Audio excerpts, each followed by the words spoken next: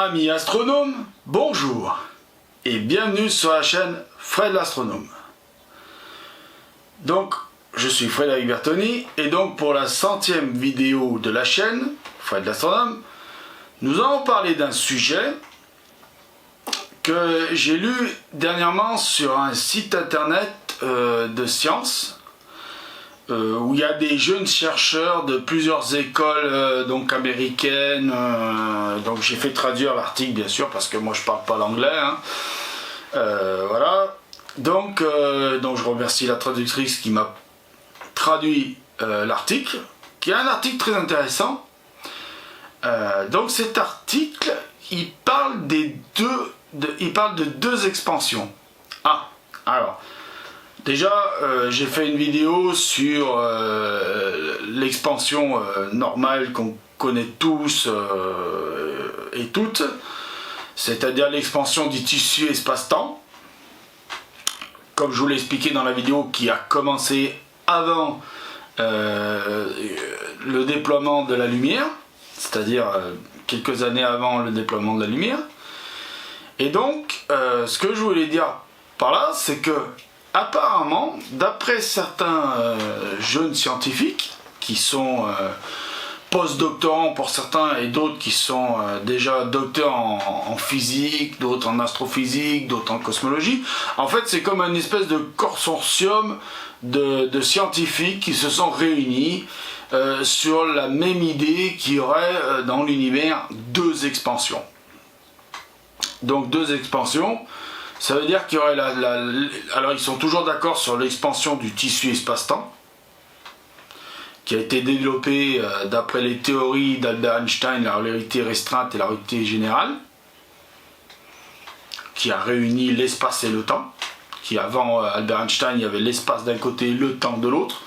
Lui, il a dit non, les deux c'est la même identité, c'est la même chose.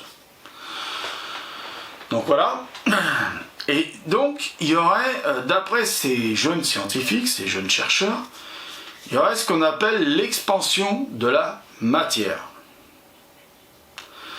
Alors, je ne vais pas vous refaire tout l'article parce que il tient sur 400 pages, donc voilà.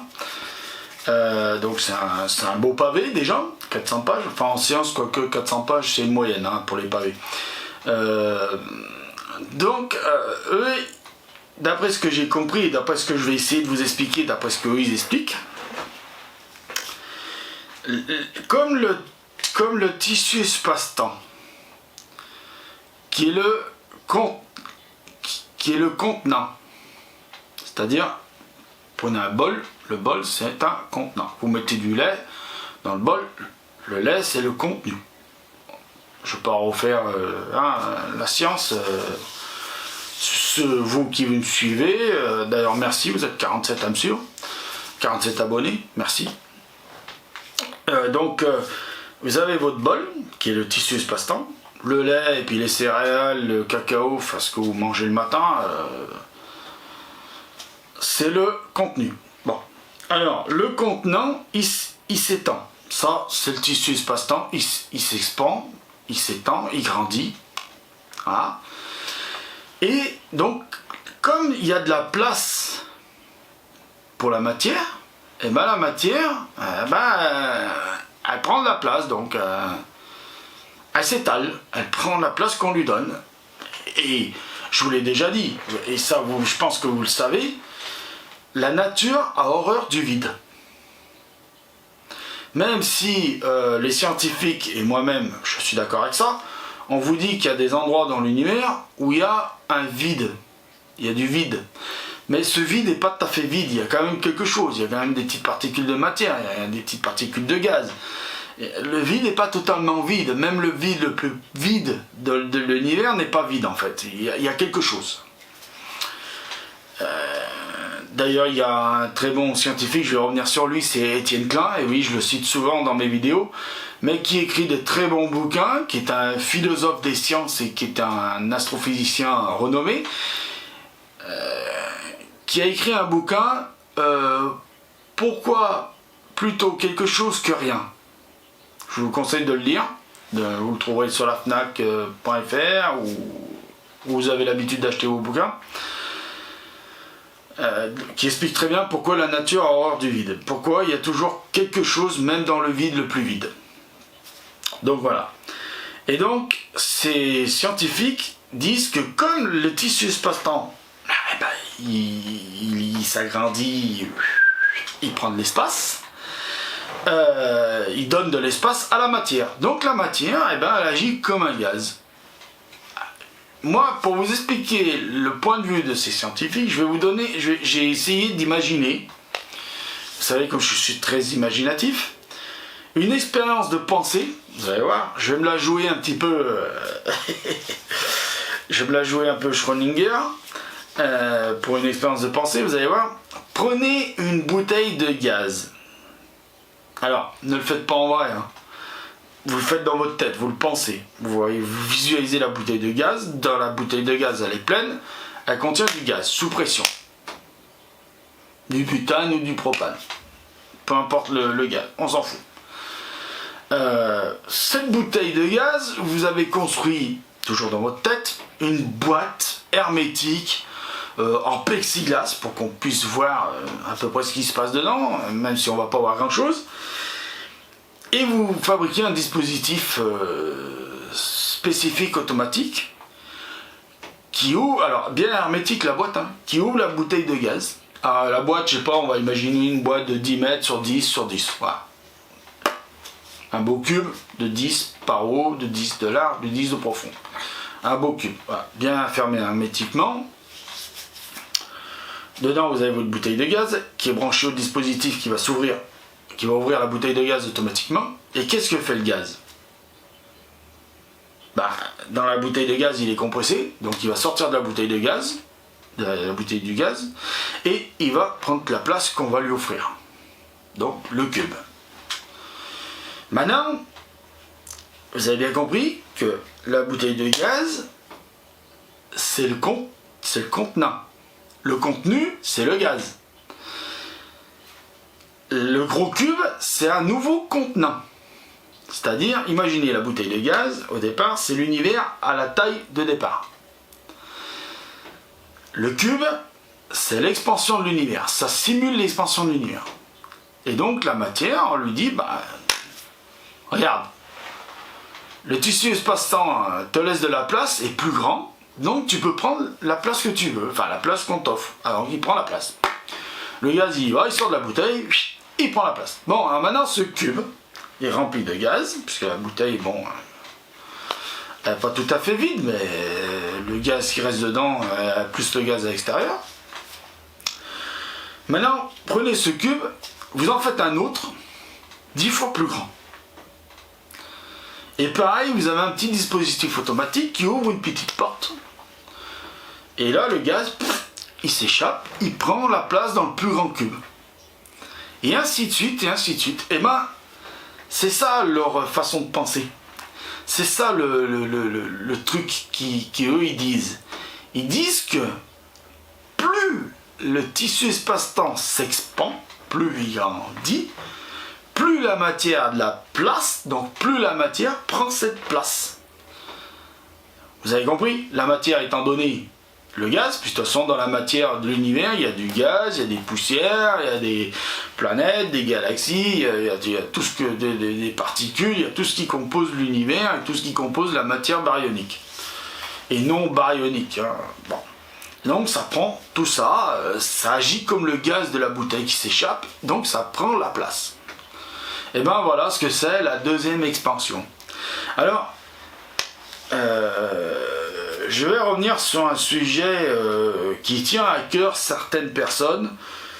Vous allez dire oui, mais t'es tenace, mais je suis tenace parce qu'il faut être tenace. Quand on a quelque chose dans la tête, il ne faut pas le lâcher. Parce que c'est la vérité pure, on ne peut pas aller à l'encontre de cette vérité. Et même avec cette deuxième expansion, ça n'explique toujours pas ce que disent certains, et ça ne prouve pas ce que disent certains, que la lumière est dépassée par l'expansion de la première expansion ou de la deuxième expansion. Voilà.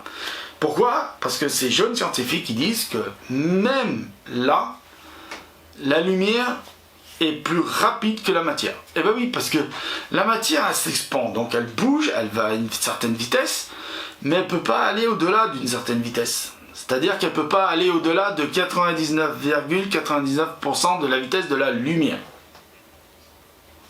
Pourquoi? Parce que plus elle, et en plus elle n'y arrive même pas à 99,99% de la vitesse de la lumière. Pourquoi? Parce que vous le savez très bien, tout ce qui est constitué de matière et qui fait la matière, c'est-à-dire les atomes, les particules, tout ça, ça ne peut pas se déplacer plus vite que la lumière, étant donné qu'il y a une masse. Même une masse, bon, voilà, la masse positive, et puis vous avez la masse négative. Même la masse négative, c'est pareil, ça fonctionne comme la masse positive. Plus la matière faite de masse positive ou de masse négative va aller proche de la vitesse de la lumière, plus cette masse va augmenter. Augmenter négativement ou augmenter positivement. Donc forcément, va ralentir parce que va être plus lourde. C'est logique, hein. Je vais vous donner un exemple. Vous prenez deux avions, un pèse, alors ils ont la même motorisation, hein. Ils ont la même motorisation, la même puissance. Un pèse 1 tonne, l'autre pèse 10 tonnes. Pensez bien que celui qui pèse 1 tonne, avec la même moteur que celui qui pèse 10 tonnes, va aller beaucoup plus vite. C'est logique, c'est comme les voitures. Pourquoi une Formule 1 ça va très vite? Parce qu'une Formule 1 c'est très léger avec un gros moteur très puissant. Vous prenez le moteur de la Formule 1, vous le mettez sur une, je vais dire une connerie, mais sur un tank qui pèse 5 tonnes, le tank malgré qu'il ait une motorisation de Formule 1 n'ira jamais aussi vite qu'une Formule 1, c'est logique, hein. Après tout, hein. Donc comprenez bien la chose, hein. Donc voilà, donc même avec la deuxième expansion, avec les deux expansions de l'univers, tissu, espace-temps et matière, et ben même là, la vitesse de la lumière n'est pas dépassée, c'est pas possible. Voilà. C'est n'importe quel scientifique digne de ce nom sur cette planète, et même sur d'autres planètes s'il y en a, ils vous diront la même chose, hein. Ce qui est valable en science chez nous, là, sur Terre, et ce qu'on voit dans l'univers, est valable pour les autres scientifiques s'il y en a sur d'autres planètes. Vous comprendrez à la prochaine vidéo pourquoi j'en parle de ça. Donc voilà, je vois que la vidéo commence à être très longue. De toute façon, à chaque fois que je fais des vidéos longues, soit il y en a qui vont me dire « Ouais, c'est nul, tu fais des vidéos longues », et d'autres qui vont dire « Ouais, on aime mieux ces vidéos-là, parce que quand tu fais une vidéo avec un prompteur, tu lis le prompteur. » Ben ouais, je suis désolé, mais... quand vous avez des animateurs télé qui travaillent avec un prompteur, ils le lisent le prompteur. Sinon, ça sert à rien qu'ils utilisent un prompteur, hein. Il faut savoir qu'en télé, un prompteur, il faut un gars, enfin, il faut un script ou une script, hein, un homme ou une femme, qui écrit le texte sur le prompteur que l'animateur va lire. Donc, ça fait une personne à salarié qu'il faut payer.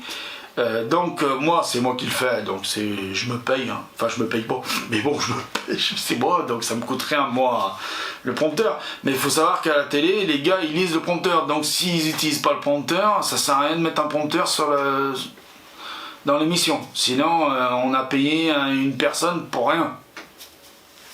Voilà, et une émission ça coûte très cher.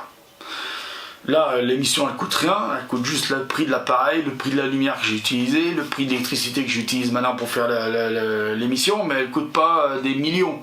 Alors qu'une émission à la télé, c'est entre 50 et 100 000 euros, et même voire des fois plus d'1 million d'euros une émission à la télé.